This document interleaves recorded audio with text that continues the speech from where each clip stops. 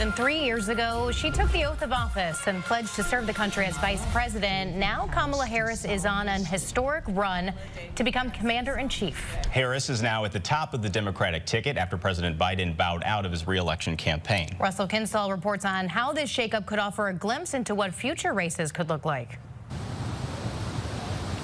Yeah, today I spoke with John Bowman, who is the president of the St. Louis County chapter of the NAACP. He's also a delegate to the Democratic National Convention. He said he is very excited to be there at that DNC to cast a historic vote for Kamala Harris as the first African-American woman to be the nominee of a major political party for the United States for U.S. president. He said that Democrats are going to rally around her and support her very strongly.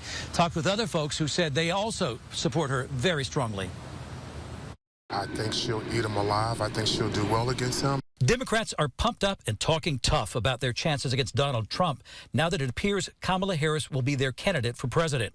St. Louis University political science professor Stephen Rogers told me she's well on her way to locking down the nomination. Harris has gotten a majority of the state party chairs to endorse her. She's gotten a number of governors this morning to endorse her. And so here it's not really looking like there'll probably be a formidable challenge to Harris for the Democratic nomination. Rogers said with Kamala Harris as the Democratic nominee, expect that to energize African-American voters and young people. We're probably going to see a little bit of bumps in states like North Carolina and Georgia, those states with larger African-American populations, where Harris may be able to pull closer to Trump, where Biden was struggling a little bit more. It hasn't been since 1968 when a sitting president, Lyndon Johnson, declined to run for re-election. But Washington University history professor Peter Castor told me there's been a string of out-of-the-ordinary elections. We've had 3 presidential elections in a row that didn't go the way most people expected them. There were a lot of last-minute twists and turns. And what I actually wonder is whether this is now becoming the norm.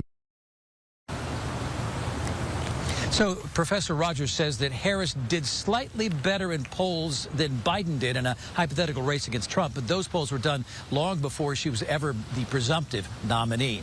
Live downtown, Russell Kinsall, First Alert 4. New at 6.